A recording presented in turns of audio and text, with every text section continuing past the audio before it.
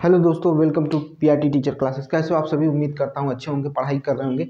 चलिए शुरू करते हैं आज का सेशन। आज के सेशन में हम लोगों को क्या हमारे आसपास के पदार्थ शुद्ध हैं, इसका अगला पार्ट आ रहा है। इसके अगले पार्ट को और कुछ इंपॉर्टेंट चीज़ें हैं, जैसे झाग है, स्कंदन है, फिर मोलरता है, फिर मोलैलिटी है, ठीक है, नॉर्मलता है। ये सारी चीज़ें हम लोग इसमें क्या करेंगे, पढ़ेंगे, ठीक है। फिर इसमें पायस भी पढ़ना है, ठीक है। फिर वास्तविक विलयन भी पढ़ना है। फिर वास्तविक विलयन के साथ क्या करना है, हमें कंपैरिजन भी करना है। मतलब हमें पूरा A to Z पढ़ना है, जिसकी वजह से हमारा क्वेश्चन हो वो छूटे ना। इसके साथ इसमें कुछ न्यूमेरिकल जो मतलब आपको एग्जाम में आते हुए न्यूमेरिकल दिखा दिए जाएंगे कि ऐसे न्यूमेरिकल आपको देखने को मिलेंगे। तो सारी चीज़ें हम लोगों को क्या कर लेनी है, पढ़ लेनी है। आज इसको ख़त्म करना है, ठीक है। आपको बस यही कहूँगा कि जो मैं मेहनत कर रहा हूँ इस वाइट बोर्ड के साथ, मेरे पास डिजिटल बोर्ड नहीं है। प्लीज़ शेयर किया करिए इस वीडियो को ज़्यादा से ज़्यादा लोगों तक। 183 लोग मुझसे जुड़े हैं, बहुत धन्यवाद। आप मुझे इस काबिल समझते हैं कि मेरे साथ जुड़े हुए हैं। तो वो 183 लोग हैं और बच्चों को भेजने की कोशिश करें, प्लीज़, आपसे रिक्वेस्ट है। दूसरी चीज़, कोई भी ऑथेंटिक न्यूज़ मैं ऐसे बार बार रोज़ रोज़ आके नहीं बताता हूँ, ठीक है। मैं बस इतना कहूँगा कि आप लोगों को जो भी न्यूज़ मिलेगी इसी बीच में मिलेगी, पढ़ाते समय ही आपको हम न्यूज़ देते चलेंगे। तो याद रखिएगा, जो ग्रुप डी की भर्ती है उसमें थोड़ी प्रॉब्लम आ चुकी है, ठीक है। उसमें कहीं ना कहीं प्रॉब्लम आ चुकी है, क्योंकि आईटीआई वालों ने केस कर दिया है और उनका जो केस था उसे सर्वमान्य कर लिया गया है, या उसे एक्सेप्ट किया गया। अब इस ये भर्ती फंसेगी, अटकेगी, क्या होगा इसके बारे में कुछ पता नहीं है। लेकिन आपको यहाँ देखना है, आपको हमेशा तैयार रहना है, ठीक है। जो चीज़ें चल रही हैं उसको चलते रहिए। जब ग्रुप डी की भर्ती अगर ये कोर्ट में फंसती है या फिर बाद आएगी, जरूर कंफर्म है, हो सकता है थोड़ा सा चेंज करके आए। तो जब चेंज करके आएगा तो हम उस पर और चर्चाएं करेंगे, हम उसको और डिटेल से पढ़ने की कोशिश करेंगे और बढ़िया बनाने की कोशिश करेंगे। तो चलिए शुरू करते हैं आज के सेशन में। तो आज के सेशन में हम लोगों को पढ़ना वही है जो चैप्टर चल रहा था, क्या हमारे आस पास के पदार्थ शुद्ध हैं। यही चैप्टर है। इसी चैप्टर को हमको क्या करना है, पढ़ना है, ठीक है। यही चैप्टर हमारा क्या है, हमको पढ़ना है, ठीक है। याद रखिएगा, is matter around us pure, ठीक है। इज मैटर, ठीक है, is matter around us pure, ठीक है। Is matter around us pure, ठीक है, ठीक है। मुझे देखिए बहुत ज़्यादा बातें बनाने नहीं आती हैं, मुझे बहुत ज़्यादा कुछ कहने नहीं आता है, लेकिन मुझे बस इतना पता है कि आपको पढ़ाना क्या है, कि इतना पढ़ा दें ताकि आपके मतलब आपका एग्ज़ाम अच्छे से निकल जाए, आपकी सारी चीज़ें क्लियर हो जाएं। आपको मुझे मेरा काम, मेरा जो भी दिमाग है, मुझे फंसाना नहीं है। आपको आपको परेशान करने के लिए मैं यहाँ नहीं आया हूँ, आपको कुछ सिखाने आया हूँ, ठीक है। आपको कुछ सिखाने आया हूँ, जिसकी वजह से आपका क्या हो सके, आप ताकि आपकी तैयारी अच्छी हो सके, ठीक है। याद रखिएगा। तो चलिए शुरू करते हैं चीज़ों को और जोड़ना शुरू करते हैं। क्योंकि कल हम लोगों ने कोलाइडी विलयन के बारे में पढ़ा था, तो कोलाइडी विलयन में, कोलाइडी विलयन से संबंधित एक पॉइंट आता है स्कंदन, ठीक है। क्या कहते हैं, स्कंदन कहते हैं, ठीक है। क्या कहते हैं, स्कंदन कहते हैं। स्कंदन वो होता है जब कोलाइडी विलयन में किसी विद्युत अवघट पदार्थ को मिलाते हैं, तो जो कोलाइड विलयन के जो कण होते हैं वो क्या हो जाते हैं, उनके आवेश जो होते हैं वो उदासीन हो जाते हैं, और जब उदासीन हो जाते हैं तो उनका अवक्षेपण हो जाता है। तो इसी को क्या कहा जाता है, स्कंदन कहा जाता है। इसी को क्या कहा जाता है, स्कंदन कहा जाता है। फिर से सुन लीजिएगा, फिर से सुनने की कोशिश करिएगा और समझने की कोशिश करिएगा। जब कोलाइडी विलयन में कोई भी विद्युत पदार्थ, अरे सॉरी, विद्युत अवघट है, ठीक है, अब विद्युत अवघट मिलाते हैं, तो कोलाइडी कणों का क्या हो जाता है, कोलाइडी कणों का आवेश क्या हो जाता है, उदासीन हो जाता है। और ऐसे में क्या होता है, जो कोलाइडी कण होते हैं उनका क्या हो जाता है, अवक्षेपण हो जाता है। इसे स्कंदन कहते हैं। इसे क्या कहते हैं, स्कंदन कहते हैं, ठीक है। विद्युत अवघट मिलाने से किसी भी कोलाइडी विलयन में, देखिए मैं क्या कह रहा हूँ उसको लिखने की भी कोशिश करूंगा, आप समझिए। हमें क्या पढ़ना है, इसका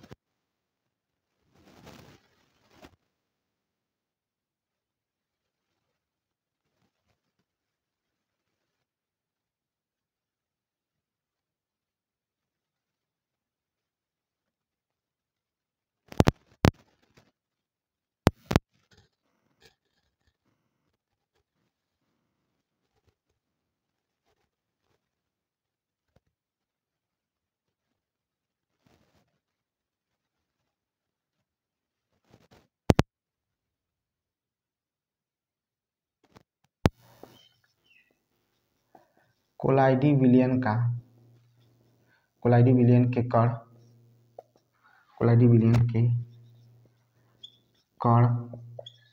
का आवेश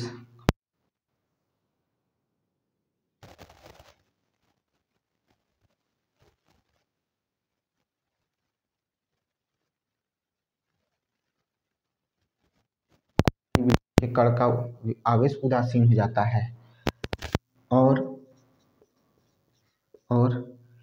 इनका अवक्षेपण हो जाता है अवक्षेपण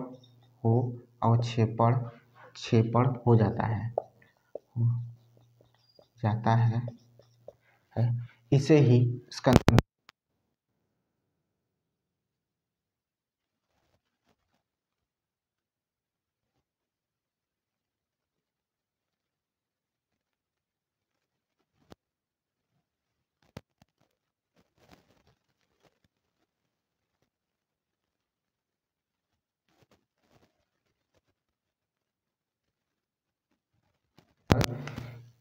मिलाने पर, ठीक है, किसी भी कोलाइडी विलयन में विद्युत अपघट्ट मिलाने पर कोलाइडी विलयन के कण का आवेश उदासीन हो जाता है और इनका अवक्षेपण हो जाता है। इसी को स्कंदन कहते हैं। आपको स्कंदन का जीता जागता उदाहरण सुन लीजिए। जब आपका कहीं भी बॉडी में कहीं कट जाता है या उंगली ही कट गई तो उसमें से रक्त निकलना शुरू होता है, लेकिन कुछ देर बाद थक्का बनने की वजह से क्या होता है, रक्त रुक जाता है। क्या हो जाता है? रक्त रुक जाता है। या तो उसको रोकने के लिए आप दो चीज़ें यूज करते हैं। एक तो पहली बात सामान्य है, जो क्या है आपका, तो आपका क्या है, फिटकरी है। क्या है? फिटकरी, ठीक है, फेरिक क्लोराइड, ठीक है, उसका यूज कर लेते हैं। फिटकरी या फेरिक क्लोराइड का यूज करते हैं तो उससे आपका रक्त निकलना बंद हो जाता है, ठीक है। और जब रक्त निकलना बंद हो जाता है, तो जब ऐसी स्थिति होती है या रक्त बहना बंद हो जाता है, तो इस प्रकार से क्या होता है, आपको वहाँ पर स्कंदन देखने को मिलता है। क्या देखने को मिलता है? स्कंदन देखने को मिलता है। याद रखिएगा, ये एग्जाम्पल है, ठीक है, ये क्या है, एग्जाम्पल है, ठीक है। अब भाई चूंकि कोलाइडी विलयन पढ़ रहे हैं, इसी में तब हम पढ़ेंगे ब्राउनी गति पढ़ेंगे। क्या पढ़ेंगे? ब्राउनी गति पढ़ेंगे, ब्राउनियन गति पढ़ेंगे, ठीक है। ब्राउनियन गति को पढ़ेंगे। ब्राउनियन गति को कौन दिया था? तो रॉबर्ट ब्राउन ने दिया था, 1827 में दिया था। 1827 में किसने दिया था? तो रॉबर्ट ब्राउन ने दिया था, 1827 में की थी, ठीक है, इसकी खोज की थी। इसमें भाई चूंकि हम कोलाइडी विलयन पढ़ रहे हैं, इसलिए कोलाइडी विलयन की बार बार चर्चा कर रहे हैं। तो कोलाइडी विलयन में जो विलय के कण होते हैं, ठीक है, या कोलाइडी के कण जो होते हैं, कोलाइडी विलयन में जो कण होते हैं, वो सदैव क्या होते हैं, विभिन्न दिशाओं में क्या करते रहते हैं, गति करते हैं। इसी को क्या कहा जाता है? ब्राउनी गति कहा जाता है, ठीक है। क्या कहा जाता है? ब्राउनियन गति कहा जाता है। क्या कहा जाता है? ब्राउनियन गति कहा जाता है, ठीक है। तो चलिए देखिए भाई, ब्राउनियन गति, ठीक है, ब्राउनियन गति, ठीक है। हमें क्या पढ़ना है, दिख रहा है कि नहीं भाई?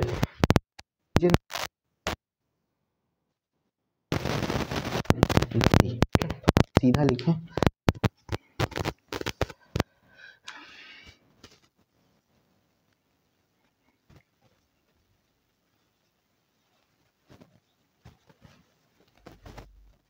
ब्राउनियन गति के बारे में पढ़ना है। किसके बारे में पढ़ना है? तो ब्राउनियन गति के बारे में पढ़ना है, ठीक है। तो चलिए ब्राउनियन गति के बारे में पढ़ते हैं, ठीक है। ब्राउनियन, ठीक है, ब्राउनियन गति के बारे में, ठीक है। ब्राउनियन मोशन, क्या होता है? ब्राउनियन मोशन, ठीक है, ब्राउनियन मोशन के बारे में पढ़ेंगे। क्या पढ़ेंगे?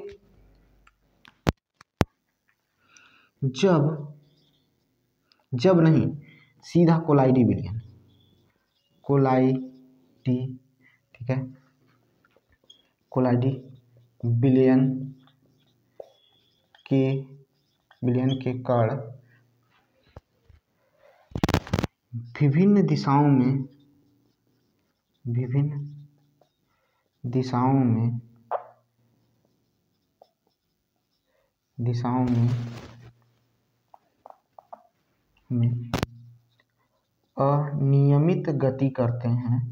अनियमित गति करते हैं, अनियमित गति करते हैं। इसी को ब्राउनियन गति कहते हैं। ब्राउनियन गति कहते हैं। ठीक है, इसकी खोज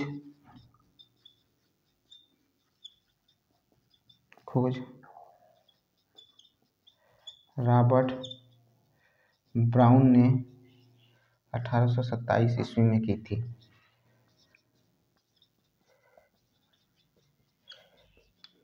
ठीक है, 1827 ईस्वी में की थी। ठीक है, देख लीजिए भाई, ये देख लीजिए, फिर आगे की तरफ चलेंगे। ठीक है, आगे की तरफ चलेंगे। ठीक है, पहले देख लीजिए।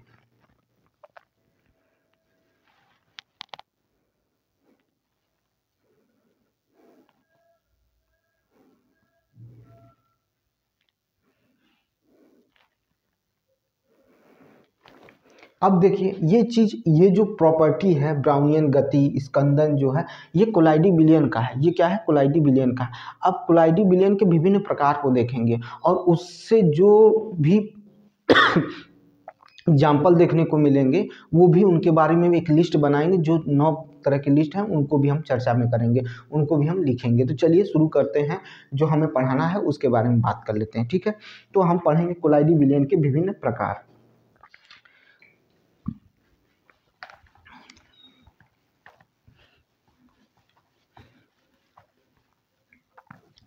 जैसे झाग हो गया, ये क्या आता है? कोलाइडी विलयन में आता है, या कोलाइडी विलयन का एक प्रकार है। ठीक है, पायस जो है ये भी। ठीक है, एरोसोल जो है वो भी। ठीक है, एरोसोल जो है ये भी क्या है? आपका कोलाइडी विलयन के प्रकार है। तो कोलाइडी विलयन के प्रकार पढ़ेंगे, टाइप्स ऑफ कोलाइडी विलयन पढ़ेंगे। ठीक है, तो कोलाइडी विलयन के विभिन्न प्रकार पढ़ेंगे। ठीक है, चलिए देखते हैं कोलाइडी विलयन के विभिन्न प्रकार।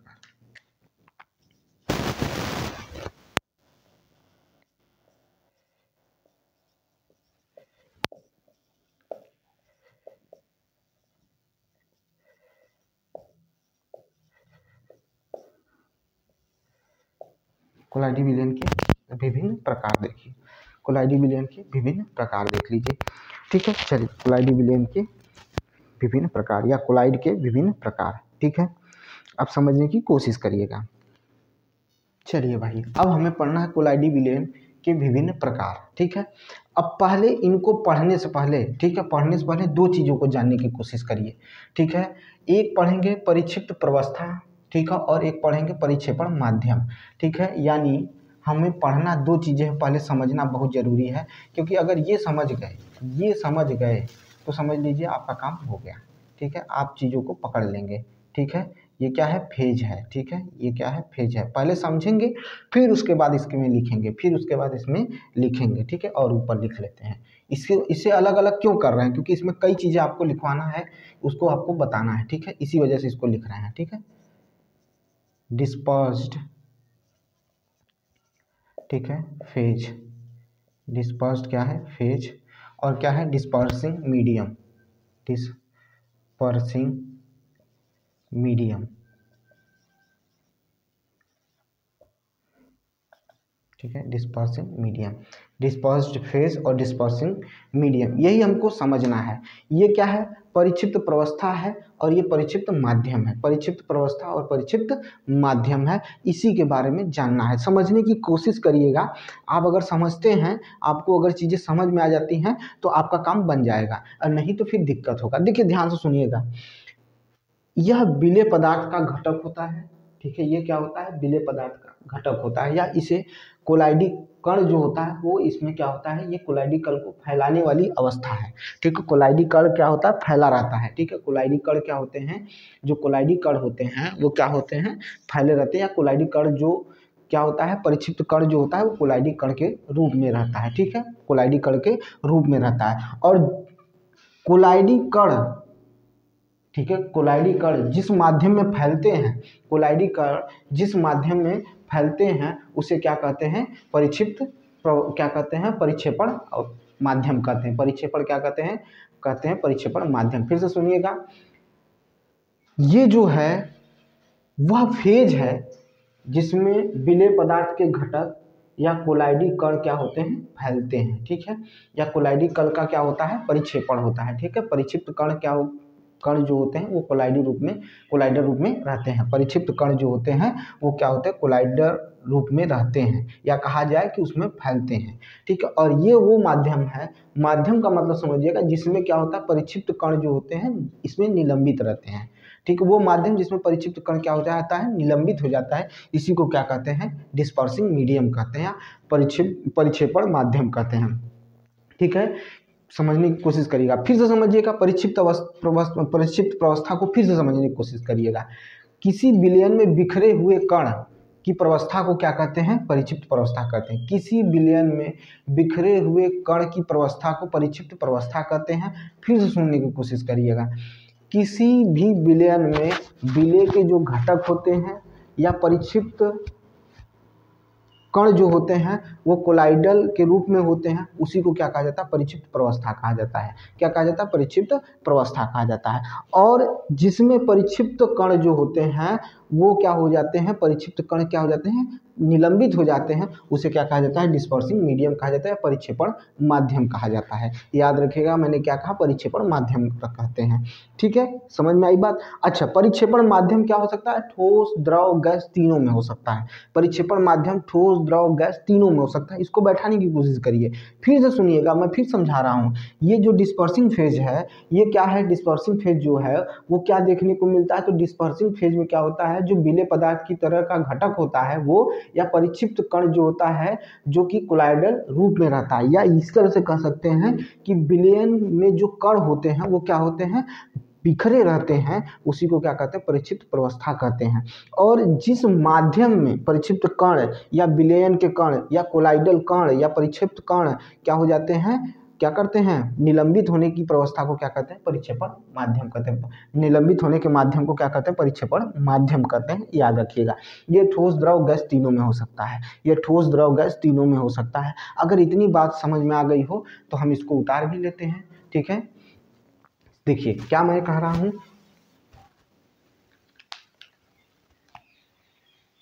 किसी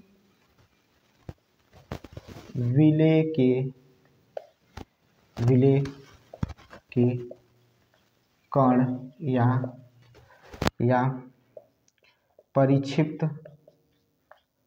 कण, ठीक है, क्या है, परिक्षिप्त कण, ठीक है, जो कोलाइडल रूप में होते हैं, परिक्षिप्त कण जो कोलाइडल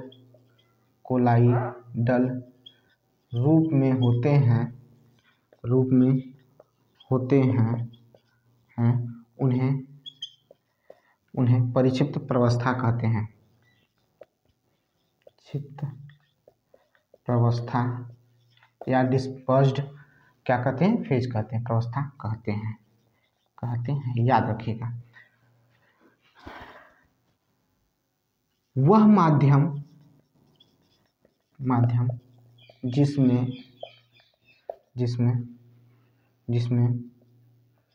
विलय के कण या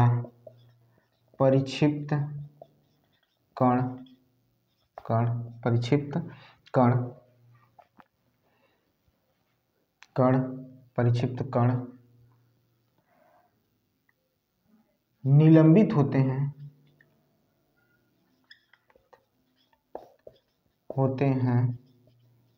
होते हैं, उसे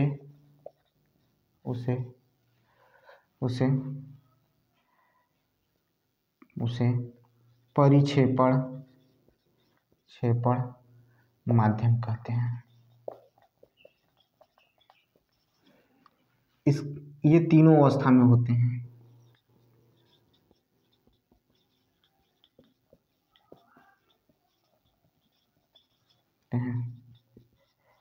ठोस, द्रव, गैस, ये तीनों अवस्था में होते हैं। ये तीनों अवस्था में होते हैं, ठोस, द्रव, गैस, ये तीनों अवस्था में होते हैं। ठीक है, समझ में आई बात। ये तीनों अवस्था में देखने को मिलते हैं। याद रखिएगा, यही चीज़ याद रखिएगा। इसी चीज़ को हम बेस बनाकर अब करने चल रहे हैं। इसी चीज़ को बेस बनाकर हम अब चलेंगे क्या देखने, कोलाइडल विलयन के विभिन्न प्रकार देखेंगे, या कोलाइड के विभिन्न प्रकार। विलयन लिखना यहाँ उचित नहीं है, कोलाइड के विभिन्न प्रकार, क्योंकि जो कण है उसकी बात हो रही है, उसके प्रकार की बात हो रही है, तो हम उसको पढ़ने की कोशिश करेंगे। ठीक है, उसको पढ़ने की कोशिश करेंगे। पहले इसका स्क्रीनशॉट लीजिए। चलिए भाई, ये समझ में आ गया, इसके बारे में हो गई चर्चा। आगे चलते हैं, अब हम पढ़ेंगे। ठीक है, अब हम पढ़ने चल रहे हैं।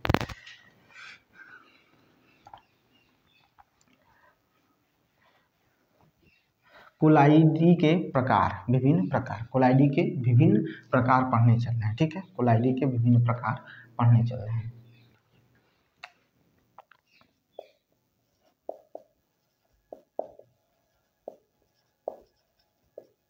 पहला है सोल। क्या है? सोल पढ़ना है। पहला क्या पढ़ना है? सोल पढ़ना है। देखिए इसमें क्या होते हैं, इसमें यह एक ऐसा कहा जाता है कि अवस्था होती है, यह एक ऐसी अवस्था होती है जिसमें, या कह सकते हैं कि वैसा कोलाइड जिसमें ठोस के कण द्रव में क्या हो जाते हैं? निलंबित हो जाते हैं। ठोस के कण क्या हो जाते हैं? द्रव में क्या हो जाते हैं? निलंबित हो जाते हैं, या कह सकते हैं परिक्षेपित हो जाते हैं। ठीक है, क्या हो जाते हैं? परिक्षेपित हो जाते हैं। किसके कण? तो ठोस के कण द्रव में परिक्षेपित होते हैं, तो उसे सोल कहा जाता है। क्या कहा जाता है? सोल कहा जाता है। जैसे रबड़ के द्वारा, रबड़ के द्वारा, या जिससे कहा जाता है जो रबड़ का दस्ताना बनता है, उसमें विद्युत लेपन के द्वारा क्या होता है? विद्युत लेपन के द्वारा क्या होता है? रबड़ का विद्युत लेपन के जरिए क्या होता है? हाथ का दस्ताना बनाया जाता है। ठीक है, रबड़ सोल किया जाता है। ठीक है, याद रखिएगा। वो एग्जाम्पल बहुत इंपॉर्टेंट नहीं है, पहले ये समझिए कि क्या कह रहा है। ठीक है, वैसा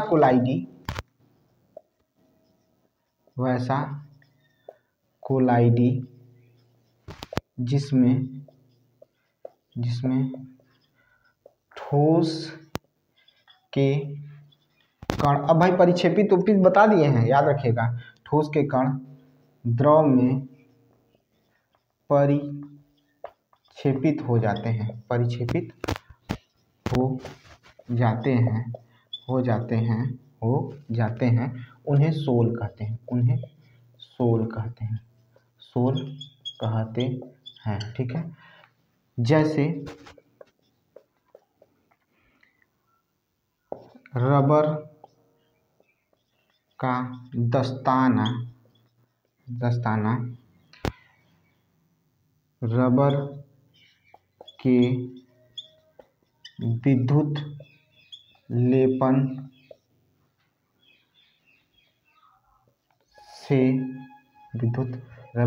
लेपन से सोल के रूप में तैयार होता है, सोल के रूप में बनता है। ठीक है, ये सोल हो गया। सोल कोलाइडी जिसमें, वैसा कोलाइडी जिसमें ठोस के कण द्रव में क्या हो जाते हैं? परिक्षेपित हो जाते हैं। द्रव में क्या हो जाते हैं? कण, ठोस के कण क्या हो जाते हैं? द्रव में परिक्षेपित हो जाते हैं, उन्हें सोल कहते हैं। उन्हें क्या कहते हैं? सोल कहते हैं। इसी में अगला हम पढ़ेंगे जेल पढ़ेंगे। क्या पढ़ेंगे? जेल पढ़ेंगे। ठीक है, जेल। ठीक है, क्या पढ़ेंगे? जेल पढ़ेंगे, या इसी को कहीं कहीं क्या कहते हैं? जेल भी कहते हैं। ठीक है, जेल न लिखकर जेल ही लिखिए। क्या लिखेंगे? जेल। ठीक है, ये ऐसा पदार्थ होता है, गाढ़ा पदार्थ होता है, जो क्या होता है, जिसका क्या कहते हैं? फ्लो नहीं करता है ये। अगर आप कहीं गिरा देंगे तो जैसे गोंद होता है, आप देखे होंगे। ठीक है, जो गम यूज करते हैं, उसको एक जगह गिरा देंगे तो जब तक उसको आप हाथ से नहीं फैलाएंगे या स्केल से नहीं फैलाएंगे, वो फैलेगा नहीं। ऐसा गाढ़ा पदार्थ जो होता है वो जेल होता है। ठीक है, वो क्या होता है? जेल होता है। इसमें क्या देखने को मिलेगा? क्या हो जाता है? तो इसमें जो वैसा कोलाइडी जिसमें ठोस के कण क्या हो जाते हैं?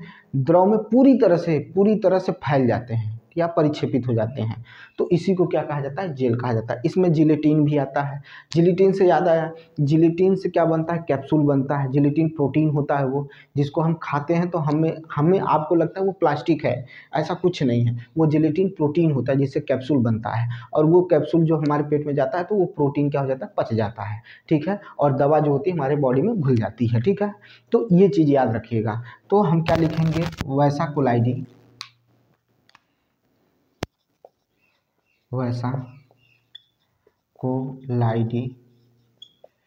जिसमें ठोस के कण द्रव में पूरी तरह से फैल जाते हैं।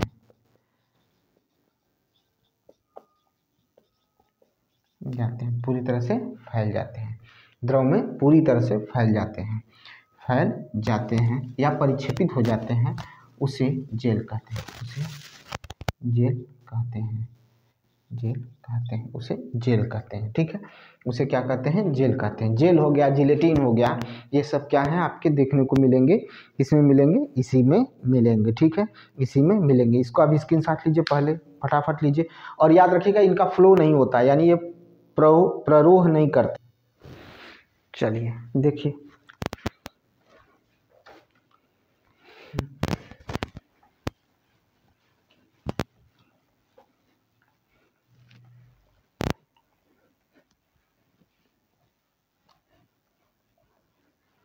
चलिए अब अगला पढ़ते हैं, एरोसेल पढ़ेंगे। क्या पढ़ेंगे? एरोसेल पढ़ेंगे। अगला क्या पढ़ेंगे हम लोग? तो एरोसेल के बारे में पढ़ेंगे। चलिए एरोसेल को देखते हैं, एरोसेल क्या होता है। ठीक है, एरोसेल के बारे में देखते हैं। एरोसोल। ठीक है, एरोसेल बार बार बोल रहे हैं,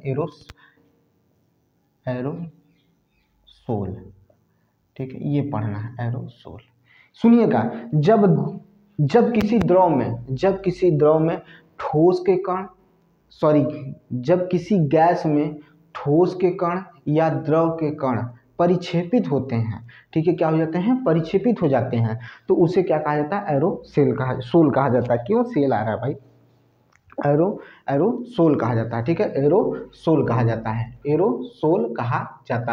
ठीक है, एरोसोल कहा जाता है। ठीक है, एरोसोल कहा जाता है। कैसे? मैंने कहा जब किसी ध्यान से सुनिएगा, जब किसी द्रव में गैस में क्या हो गया है? जब किसी गैस में ठोस के कण या द्रव के कण परिक्षेपित होते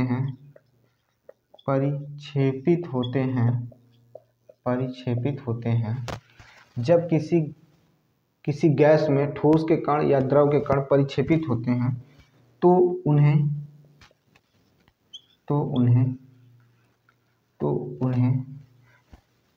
एरोसोल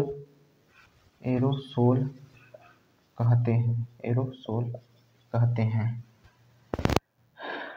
जब ठोस के कण गैस में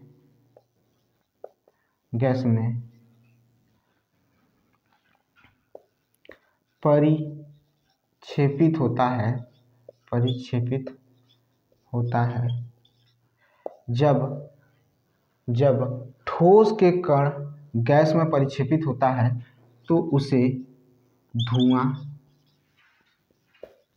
कहते हैं, तथा जब द्रव के कण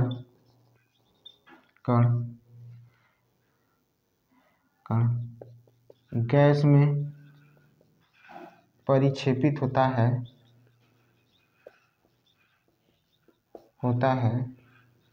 तो उसे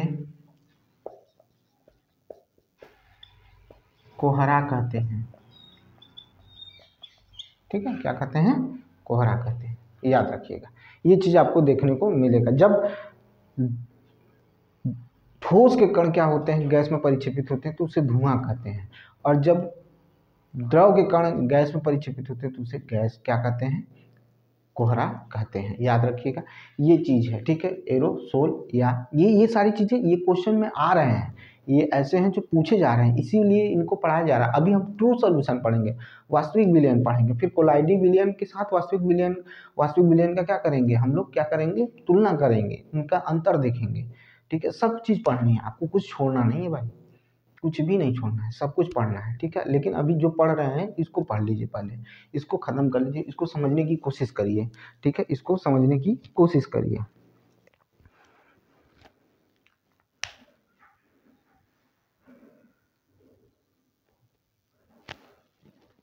चलिए आगे देखते हैं। ये एरोसोल हो गया। सुनिएगा ध्यान से, जल में जब एल्कोहल मिलाते हैं या बेंजीन मिलाते हैं, जल मिलाएंगे या बेंजीन एवं बेंजीन मिलाएंगे, जल और बेंजीन मिलाएंगे, तो यह क्रमशः दो चीज़ें बनाकर देगा, क्रमशः दो चीज़ें आपको बनाकर देगा, ठीक है। एक बनेगा हाइड्रोसोल अल्कोहल बनेगा, और क्या बनेगा, हाइड्रोसोल अल्कोहल बनेगा, और एक और क्या बनेगा, तो आपको बनकर दिखेगा बेंजोसोल बनेगा। हाइड्रोसोल और बेंजोसोल कैसे मैं कह रहा हूँ, इसी में है, ठीक है, इसी में है। जब हम क्या रहेंगे, जल के साथ क्या जोड़ेंगे, अल्कोहल, कोहल, ठीक है, जल के साथ अल्कोहल एवं बेंजीन को जोड़ेंगे तो क्या बनेगा, ठीक है, एरोसोल अल्कोहल बनेगा या बेंजोसोल बनेगा, एरोसोल अल्कोहल बनेगा या बेंजोसोल बनेगा, याद रखिएगा, ये भी इम्पॉर्टेंट है, ठीक है।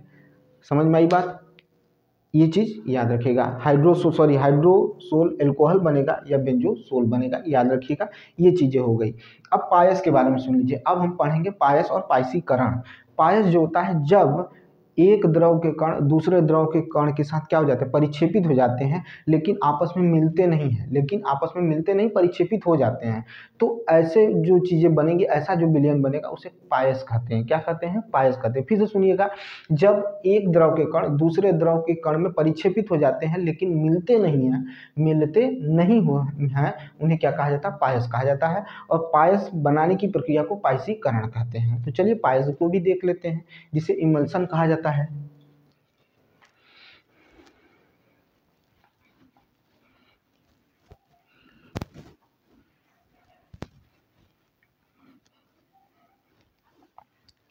अभी बहुत कुछ बाकी है भाई, सब पढ़ाना है, आज पूरा क्लियर कर देना है।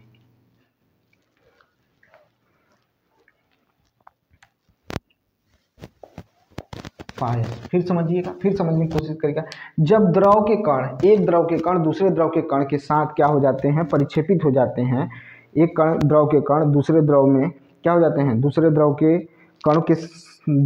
के सारे कण के साथ क्या हो जाते हैं, परिक्षेपित हो जाते हैं, लेकिन घुलते नहीं हैं, मिलते नहीं हैं, उसे क्या कहा जाता है, पायस कहा जाता है, ठीक है। क्या कहा जाता है, पायस कहा जाता है।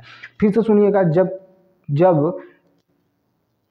एक द्रव के सारे कण दूसरे द्रव के सारे कणों में परिक्षेपित हो जाते हैं लेकिन घुलते नहीं हैं, इसी को क्या कहा जाता है, पायस कहा जाता है, ठीक है। क्या कहा जाता है, पायस कहा जाता है। और पायस बनाने की प्रक्रिया को पायसीकरण कहा जाता है, ठीक है। क्या कहा जाता है, पायसीकरण कहा जाता है। तो चलिए देखते हैं।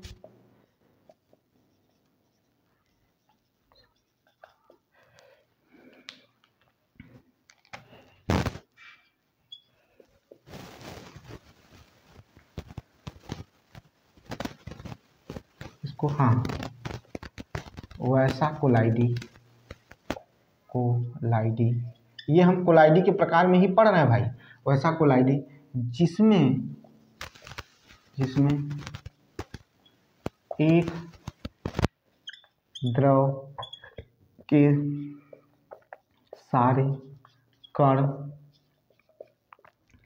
दूसरे द्रव के सारे कण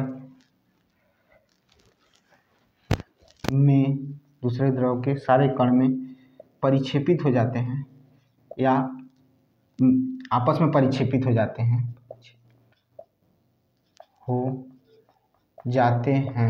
परंतु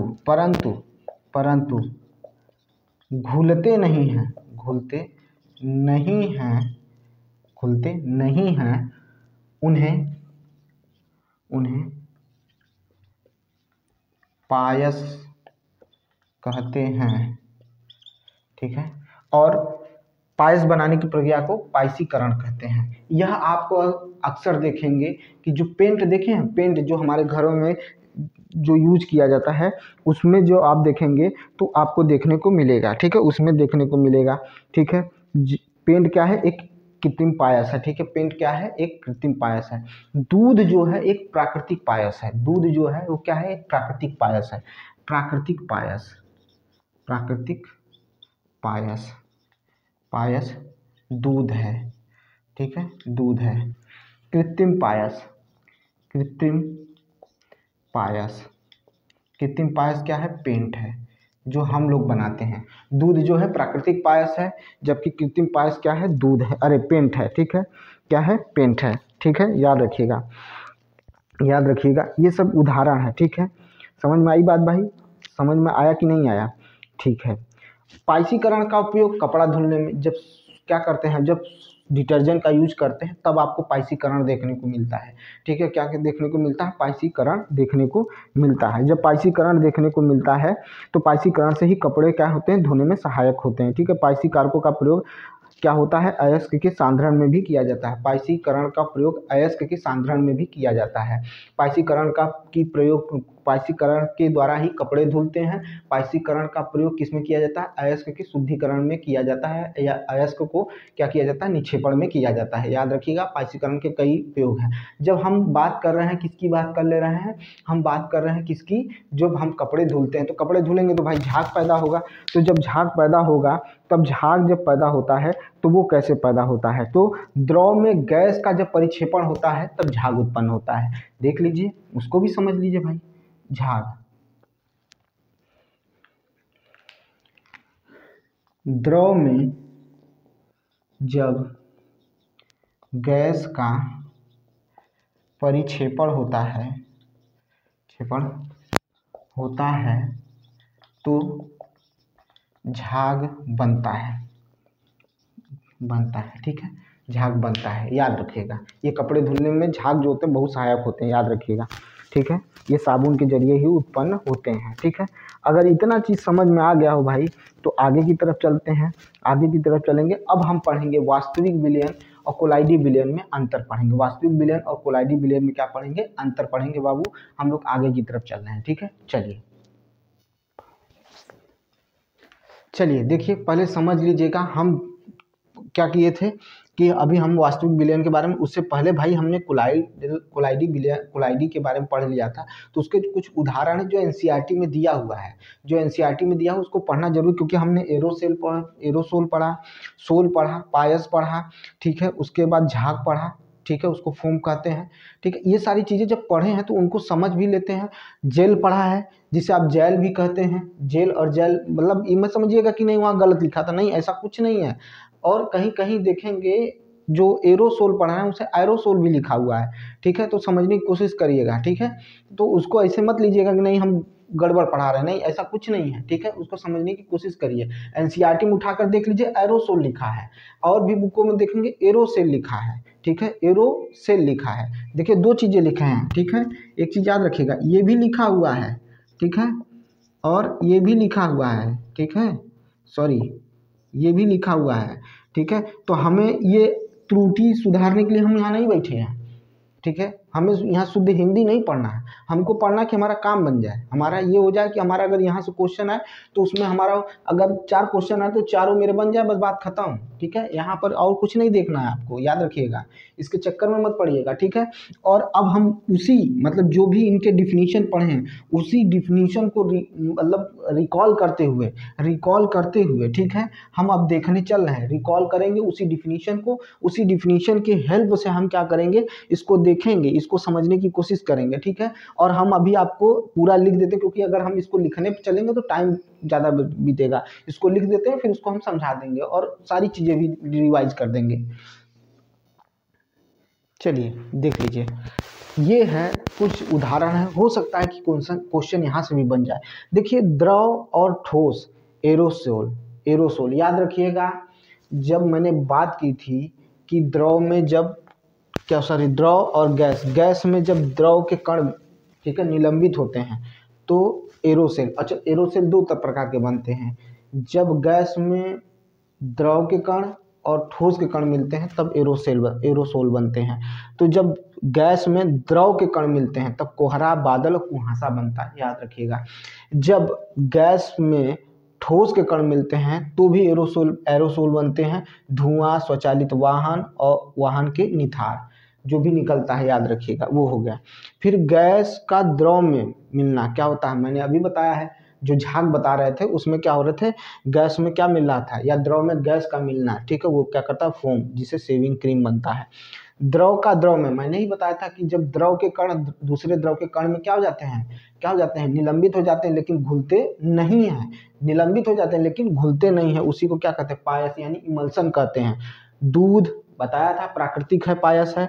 फेस क्रीम ये कृत्रिम है, पेंट भी क्या है, कृत्रिम है। उसके बाद आ जाइए द्रव और द्रव, ठीक है, द्रव और द्रव, सॉरी ये हो गया, ठीक है। उसके बाद ठोस और द्रव आपस में मिलेंगे तो सोल बनेंगे, ये भी मैंने आपको शुरू में ही पहले बता दिया था। ठोस का द्रव में मिलना यानी ठोस के कण द्रव में जब मिल जाते हैं तो मैग्नीशिया मिल्क या कीचड़ बनता है, याद रखिएगा, इसको भी याद कर लीजिएगा। गैस का ठोस में फिर फोम बनेगा, रबर फोम, स्पंज और प्यूमिस बनेगा। द्रव का ठोस में मिलना जेल होता है, याद है मैंने बताया था अभी, ठीक है, जेली हो गया, पनीर हो गया, मक्खन हो गया। ठोस का ठोस में मिलना ठोस सोल बनाता है, जिसे रंगीन पत्थर, रंगीन रत्न पत्थर और दुधिया बनता है। ये यहाँ से क्वेश्चन आ सकते हैं, इस वजह से मैंने इसको इस तरह से नहीं पढ़ा, मैंने इसको पहले पहले लिख दिया ताकि आपको समझा सके। और ये जो मैंने पढ़ा था टाइप्स जो है प्रकार हैं, इसीलिए पढ़ा था कि आप क्या करेंगे, डिफिनीशन से इसको जोड़ कर देखेंगे तो बड़ी जल्दी याद हो जाएगा। और ऐसे रटने बैठेंगे तो कभी याद नहीं होगा। आप ऐसे रटें, द्रव और गैस मिलकर एरोसेल बनाते हैं, ठोस और गैस मिलकर नहीं भाई, ऐसे मत पढ़े, डिफिनीशन पढ़ लीजिए।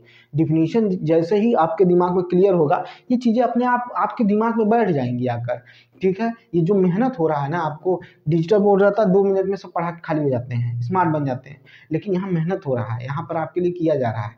लेकिन अगर आप उस चीज़ को नहीं समझते और मेरी वीडियो शेयर भी नहीं करते हैं, ठीक है, कोई बात नहीं, लेकिन मेरा जो वर्क, मैंने कहा ना, मैं जो भी काम करूंगा ईमानदारी से करूंगा, आप तक जो भी चीज़ें पहुंचाऊंगा एकदम ईमानदारी से पहुंचाऊंगा, ठीक है, ताकि आपका मतलब नुकसान ना हो, ठीक है, याद रखिएगा।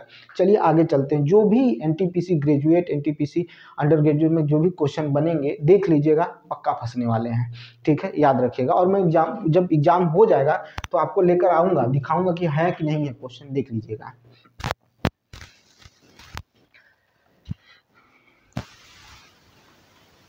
चलिए आगे चलते हैं। अब हमें पढ़ना है ट्रू सॉल्यूशन यानी वास्तविक विलयन।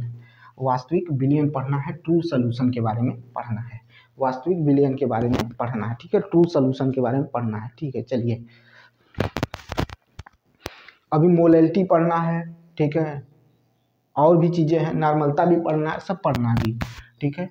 मैंने कहा था कि ये चैप्टर थोड़ा बड़ा होगा, ठीक है, क्योंकि आपको हम पढ़ा रहे हैं उस लेवल का जिससे आपका क्वेश्चन फंसे।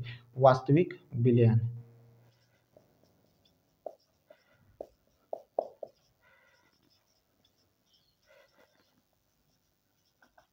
ट्रू सॉल्यूशन, ट्रू सॉल्यूशन के बारे में ध्यान से सुनिएगा, वास्तविक विलयन के बारे में ध्यान से सुनिएगा। वास्तविक विलयन अगर आपको समझ में आ जाएगा तो सारी चीज़ें क्लियर हो जाएंगी। और इसी वास्तविक विलयन में अपोहन भी पढ़ना है आपको, याद रखिएगा, ठीक है, इसी वास्तविक विलयन में अपोहन भी पढ़ना है, ठीक है।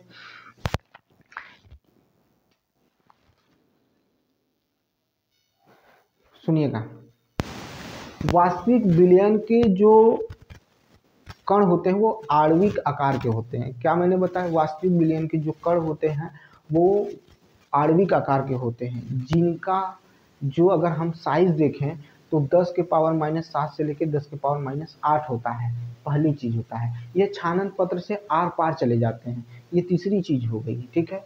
पहला आणविक आकार के होते हैं, दूसरा इनका आकार मैंने बता दिया, साइज बता दिया, 10 के पावर -7 से 10 के पावर -8 के बीच में होते हैं। फिर मैंने बताया कि छानन पत्र से आर पार हो जाते हैं। चौथा सुनिएगा, यह नंगी आंखों से या सूक्ष्मदर्शी से भी दिखाई नहीं देते हैं, तो इसका मतलब है कि प्रकाश का मार्ग भी इसमें दृष्टिगोचर नहीं होगा, इसमें दृष्टिगोचर नहीं होगा। यही वास्तविक विलयन है, ठीक है। क्या है, वास्तविक विलयन है, ठीक है। दिखाई भी नहीं देते हैं, पारदर्शक भी होते हैं, याद रखिएगा। तो मैंने क्या कहा,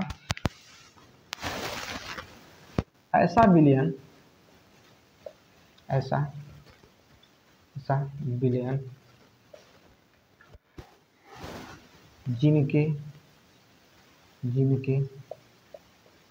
कण का आकार आणविक होता है, जिनके कण का आकार आणविक होता है, ठीक है, इनके कणों की साइज 10⁻⁷ से 10⁻⁸ होता है। छानन पत्र से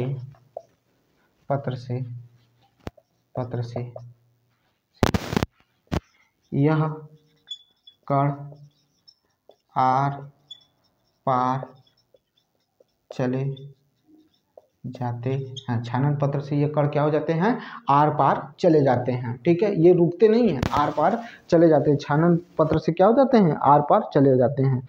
ठीक है, आर पार जा सकते आ सकते हैं। ये अस्थाई व पारदर्शक होते हैं। ये अस्थाई व पारदर्शक होते हैं।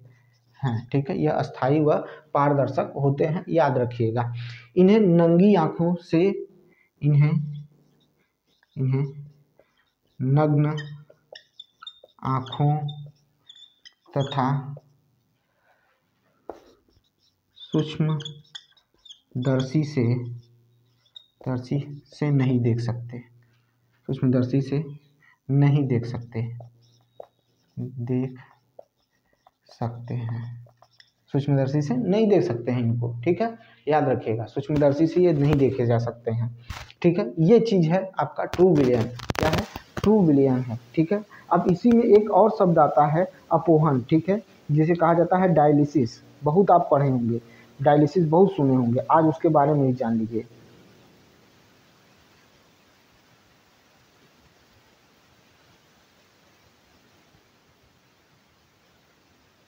आज उसके बारे में जान लीजिए।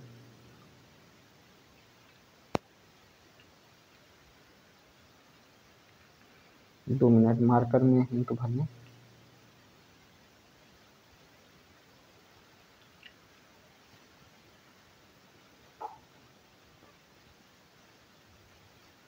सुनिएगा क्या कहने चल रहा हूं, अपोहन।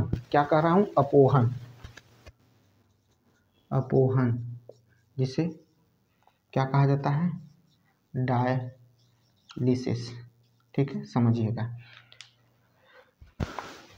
कोलाइडी कण को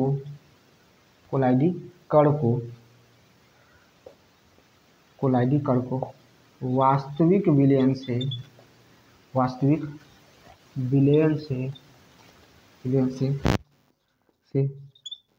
पृथक करना अपोहन कहलाता है। ठीक है, अपोहन कहलाता है। कोलाइडी कण को वास्तविक विलयन से पृथक करना ही क्या कहलाता है, अपोहन कहलाता है। बस क्या कहलाता है, अपोहन कहलाता है। ठीक है, अब देखिए वास्तविक विलयन को कोलाइडी विलयन में डिफरेंस देखने की कोशिश करें तो हमें पता है कि वास्तविक विलयन का जो कणों का साइज जो होता है वो 10⁻⁷ से लेके 10⁻⁸ यानी इससे कम ही होता है। 10⁻⁷ से क्या होता है, कम होता है। किसका, तो हमने वास्तविक विलयन के बारे में बताया। जबकि अगर हम बात करें कोलाइडी विलयन है, कोलाइडी विलयन का जो साइज होता है, आकार जो होता है वो क्या होता है, तो वो 10⁻⁷ से लेके 10⁻⁻20 में, यानी हम कह सकते हैं कि यह 10⁻⁷ से इसके जो कण होते हैं 10⁻⁷ से छोटे होते हैं, जबकि कोलाइडी विलयन के जो कण होते हैं 10⁻⁷ से बड़े हो सकते हैं। ठीक है, छोटे नहीं हो सकते कोलाइडी विलयन के, बड़े हो सकते हैं।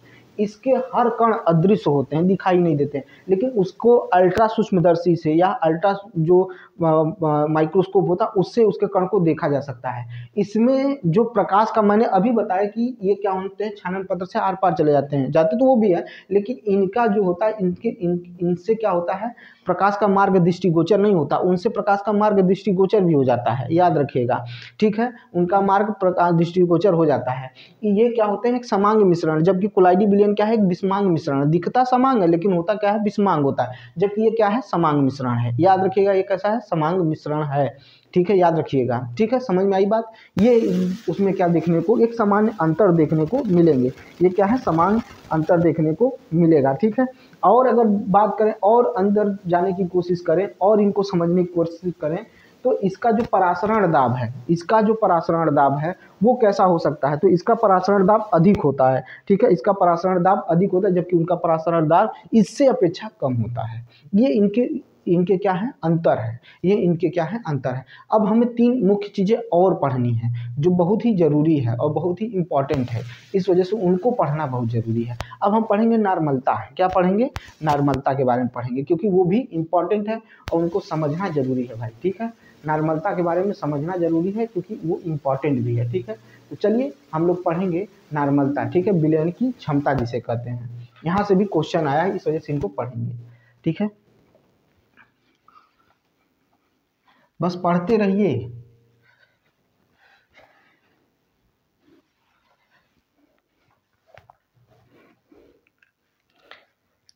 स्ट्रेंथ ऑफ सॉल्यूशन, विलयन की क्षमता है, इसमें तीन चीजें पढ़ेंगे, ठीक है, अभी पढ़ाते हैं, सब बताते हैं, नॉर्मलता, मोलरता और क्या पढ़ना है, मोललता भी पढ़ना है, विलयन की क्षमता, ठीक है, विलयन की क्षमता। अब हम पढ़ेंगे नॉर्मलता जिसे नॉर्मेलिटी कहते हैं, ठीक है,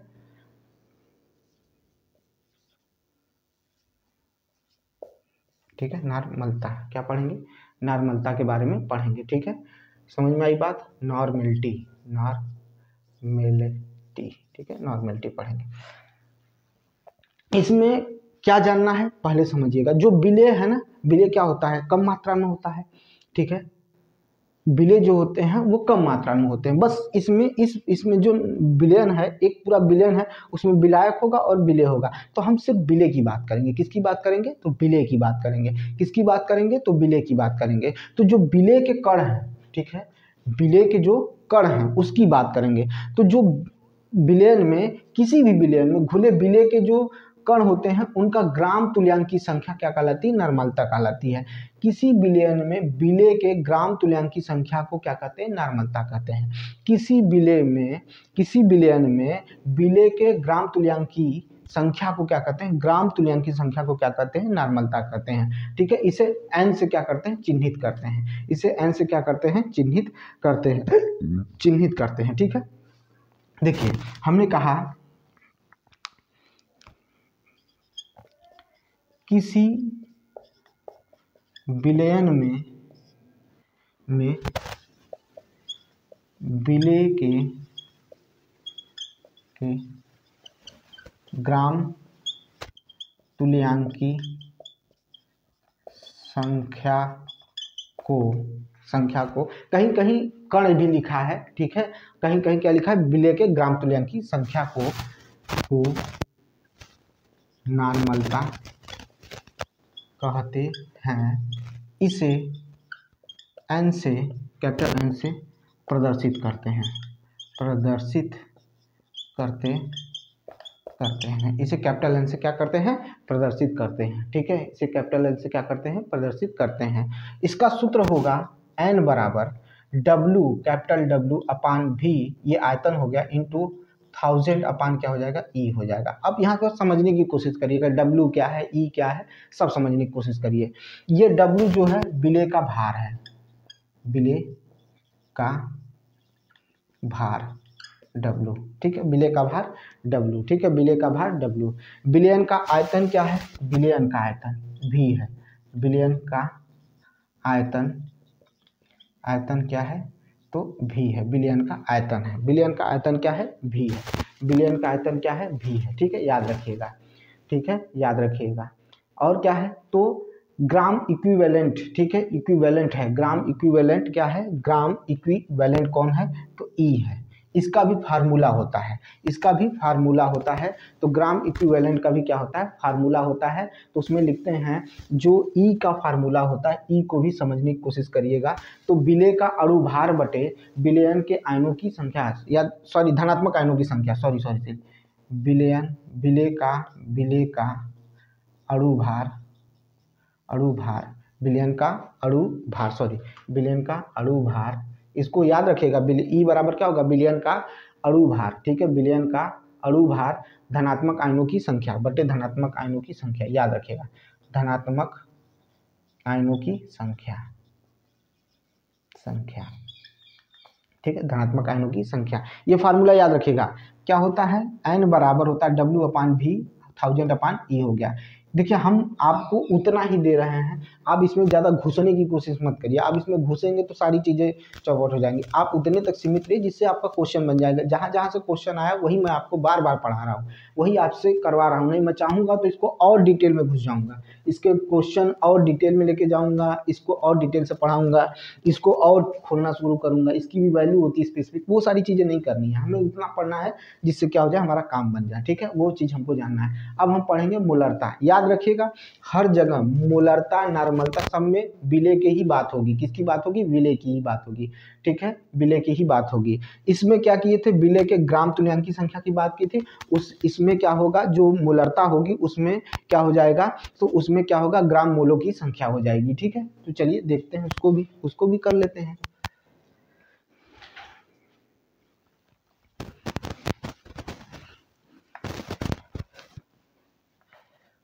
मोलरता,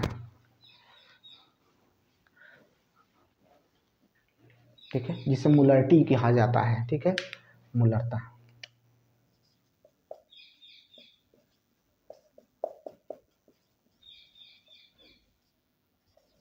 सॉरी,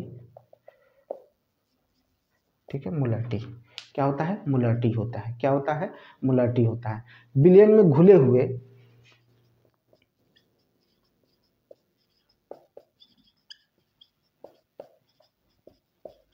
विलयन में घुले हुए ग्राम मोलों की संख्या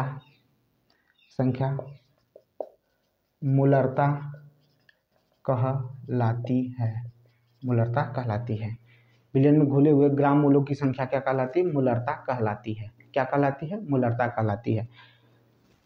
इसे कैपिटल M से प्रदर्शित करते हैं, प्रदर्शित करते हैं,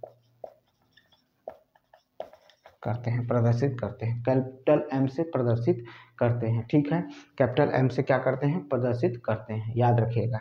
तो कैपिटल M इजिकल टू क्या हो जाएगा, W/V इंटू 1000/m। सबका बारे में समझिएगा। जो आपका W है मैंने उसके बारे में चर्चा कर दी कि W क्या है, आप W को जानते हैं। W क्या है, विलय का भार है, W क्या है, विलय का भार है। और V क्या है, विलयन का आयतन है, ठीक है, विलयन का आयतन क्या है, V है, ठीक है, विलयन का आयतन क्या है, V है। और M क्या है, विलय का अणुभार है, विलय का अणुभार, ठीक है, ठीक है, ये विलय का भार, ठीक है, विलयन का आयतन, ठीक है, याद रखिएगा। ये चीज़ हो गया मोलरता, क्या हो गया, मोलरता हो गया। अब हम पढ़ेंगे मोलेलिटी पढ़ेंगे, यानी मोललता पढ़ेंगे। मोललता, उसमें ग्राम तुल्यांकों की संख्या थी, इसमें मोलों की संख्या थी। अब इसमें हम मोललता पढ़ने चल रहे हैं। मोललता में क्या होगा, ग्राम अणुओं की संख्या होगी, मोललता में क्या होगा, ग्राम अणुओं की संख्या होगी। तीनों को कंपेयर करके पढ़ने की कोशिश करिए, सारी चीज़ें तैयार हो जाएंगी, ठीक है, कंपेयर करके पढ़ने की कोशिश करिए, सारी चीज़ें आपकी तैयार हो जाएंगी, ठीक है। तो चलिए देखते हैं।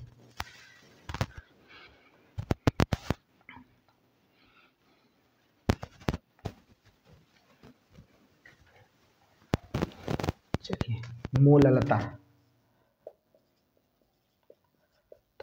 ठीक है, मोलेलिटी भी कहा जाता है इसको, क्या कहा जाता है, मोलेलिटी, ठीक है, ठीक। किसी विलयन में विलय के ग्राम अणुओं की संख्या मोललता कहलाती है,